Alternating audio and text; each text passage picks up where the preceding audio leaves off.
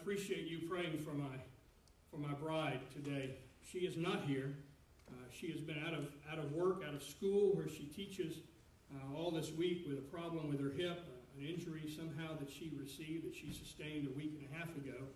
And she really wanted to be here today, but I encouraged her that she needed to stay home one more day and try to get well. And I believe that the prayer time today is that's right. I believe she's going to be okay. So I'm excited about getting home and seeing how she's doing. But I want to talk about her. Maybe it's a good thing she's not here today, because she might be a little embarrassed by this. But I want to talk about how Renee and I met. I have to be honest with you that when we met, we were at a church camp. She was 16 years old and I was 19 years old. She went to this church camp. It was a summer camp up in Gatlinburg, Tennessee, at a place called Wayfloyd Lodge. She was there as a camper, and because I had already graduated from high school and I was in the Army, I couldn't go as a camper as a youth. I was a young adult, so they allowed me to attend this retreat as a counselor. But I was not really qualified to be a counselor. That was just my ticket into the ability to go. And I was stationed at Fort Benning, Georgia, and I drove up to Gatlinburg and met the group when they arrived there on a Monday morning, early Monday morning.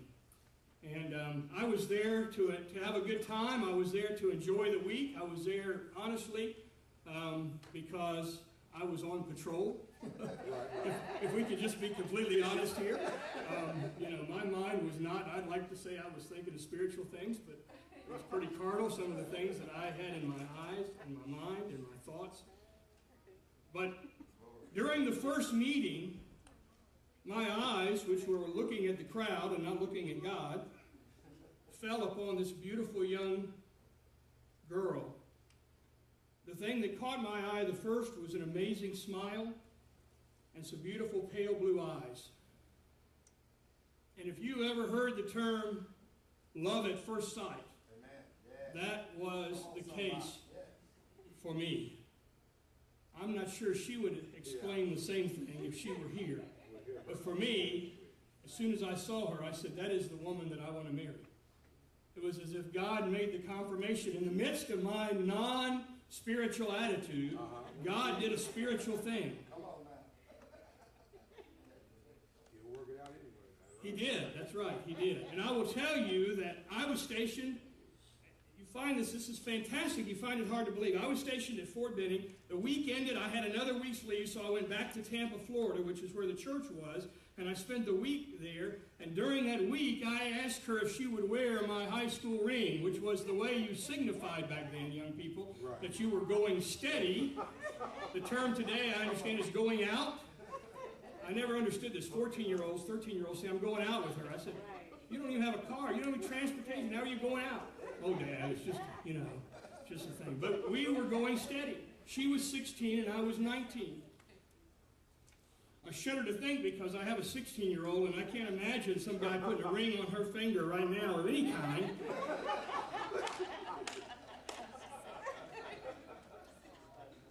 But I fell in love with this 16-year-old girl. And when that week after the camp was over, I went back to Fort Benning.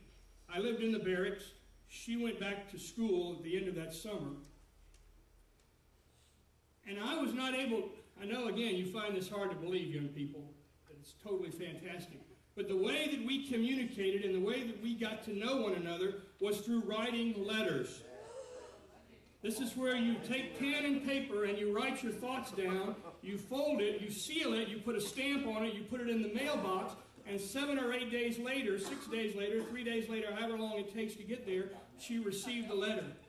And we made a vow when we left each other then that we would write every day. There was no internet. There was no cell phones. There were no cell phones. In fact, long-distance calls, again, you're not going to believe this, to make a long-distance call cost about $1 to $1.20, $1.30 a minute. And so we didn't do that very much, because I was a PFC in the Army at the time, and I couldn't afford it, and she couldn't afford it. She was a high school student, and she couldn't afford it. So we wrote letters, and every day we wrote. And I will tell you that I got to know her and got to fall in love with her even more deeply through the things that I read as she wrote to me. And she fell in love with me, as hard as that is to believe, by the things that I wrote, that I could actually put enough words together in coherent sentences that she would actually like to read it. You didn't send pictures. But she fell in love. I didn't send pictures. You're right. I hear that. Is there another? But I will tell you that within a few months, I was convinced that this was the person. I mean, I knew it from the first time, but God had convinced me that this was the one I wanted to spend the rest of my life with. And so on the 21st of September, Last week. 21st of September, 1974, I asked this now 17-year-old, she had just turned 17, this 17-year-old if she would be my wife. She said, yes, but you got to talk to my dad first before we can go forward with this. Well, her dad was about this tall, a very imposing man, and I was scared to death. But I went and talked to him, and he said, 2 conditions. She has to be 18 years old before you marry her, and she has to graduate from high school. Well, I thought that was fair enough. And so we had a year to go. She turned 18 that August 20th, the next year. And she graduated from high school at the end of that school year. And so we set a date for September the 12th, 1975, as the date of our wedding.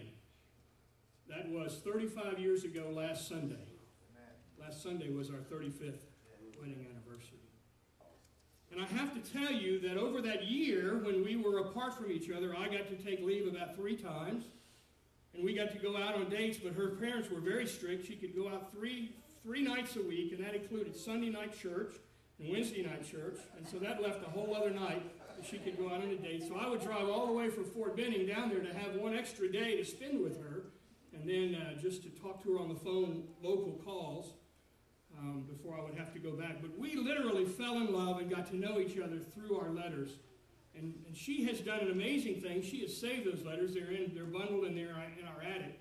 And someday our kids will have an opportunity to read those words and perhaps renew their own love for one another. But I will tell you that over 35 years, I've come to know this lady better than any other person in the world.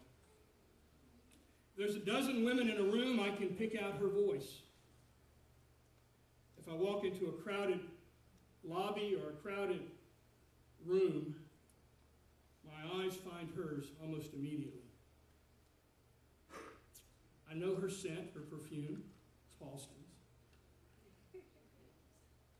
But despite how well we know one another, after over 3 decades, our intimacy and our relationship continues to grow. I still want to know how I can better connect with her. I still want to know what makes her tick. But you see, the 2 of us share a history. The 2 of us share stories and experiences and good times and difficult times. We share children and challenges. We share grandchildren. And we love each other. We believe in each other. In short, I would say we know each other.